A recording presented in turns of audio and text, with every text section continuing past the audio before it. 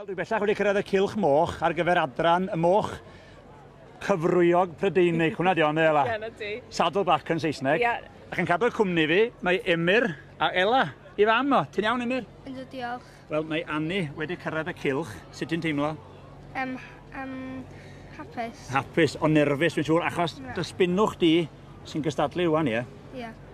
A o'n i wedi gweld mam yn gystadlu ddoe efo'r moch Cymreig. Sut bod gen ti un gyfrwyog Brydeinig te? Lle ges ti afel arni? Yn gynta, nes i eich fy bres i gyd, nes i'n brynu dim byd mewn dim ein sioe, a dyn tan y sioe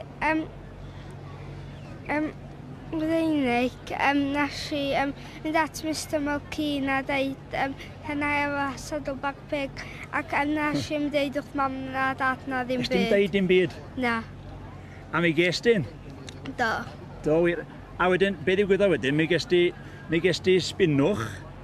Do. A wedyn mi ros ti faidd iddi. Do. A ges ti, faint o foch bach ges ti?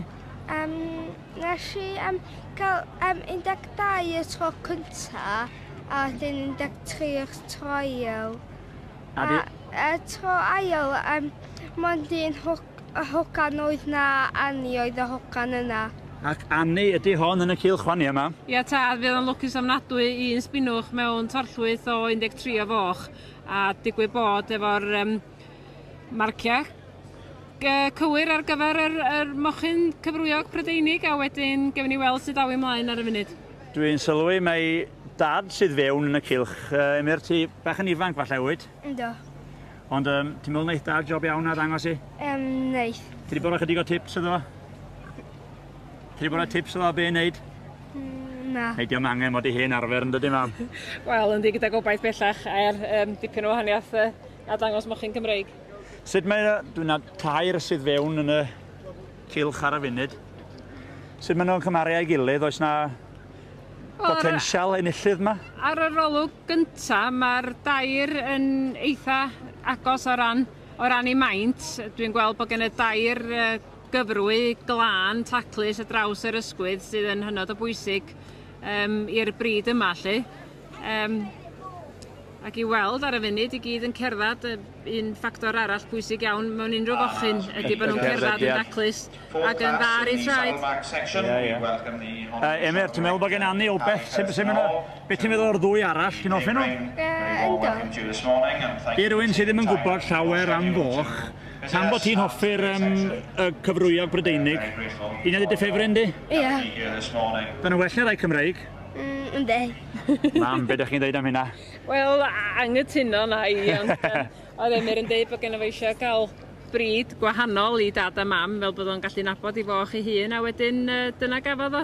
A wedyn, tra mae'r diddordeb ganddo fo, fedrwn ni mond i annog o a helpu ymlaen. Yn hollol. Be o ran y beirniad, Mr Andy Greedy o Swydd Rhydychen sy'n Bernadi, ydych chi'n gyfarwydd ar beirniad? Do, wedi dod ar ei draws am mewn ambal i sioe. Mae Mr Greedy yn adnabyddus iawn yn beirniad ac yn ddangoswr moch ers blynyddoedd lawer.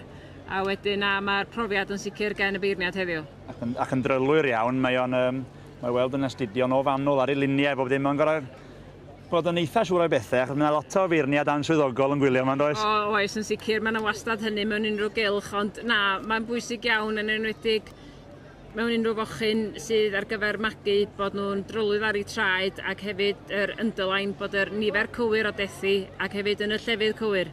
Ie, yn hollol. Wel, maen nhw'n dal i fynd rownd a rownd. Mae Annie weld yn cerdded yn ysgafn droed iawn, Emyr. Yndi. Nath i mae moch fel pigyn ar y tu nôl troed nhw. O, ie. Nath Annie scratcho hwnna, felly mae fel twll bach yn hwnna, ond dim bwys am hwnna. Di hwnna ddim byd na di? Na. Mae weld yn cerdded yn iawn heddiw beth bynnag. Felly darn o'i gewin nath i'n de. O. Wedi fachu o berig wrth lwytho wedyn, a mae'n cerdded yn dda iawn ar y diwrnod, a dyna sydd yn cyfri.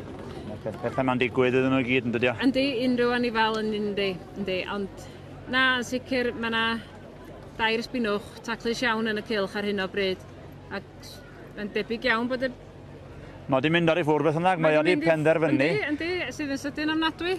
Iawn te, Emyr, pwy sy'n mynd i fynd â hi, gown ni weld. Felly mae gyda ni ganlyniad. Mae hi Anni'n pasio fan hyn, mae'n eitha pell oddi wrtho fo ar ei funud, oddi wrth y beirniad. Gown ni weld. I Amanda Phillips, mae'r wobr gyntaf. Dyma ni te, Amanda Phillips, yn mynd ar wobr gyntaf. Amanda Phillips, exhibiting Clan Silver Wings 38.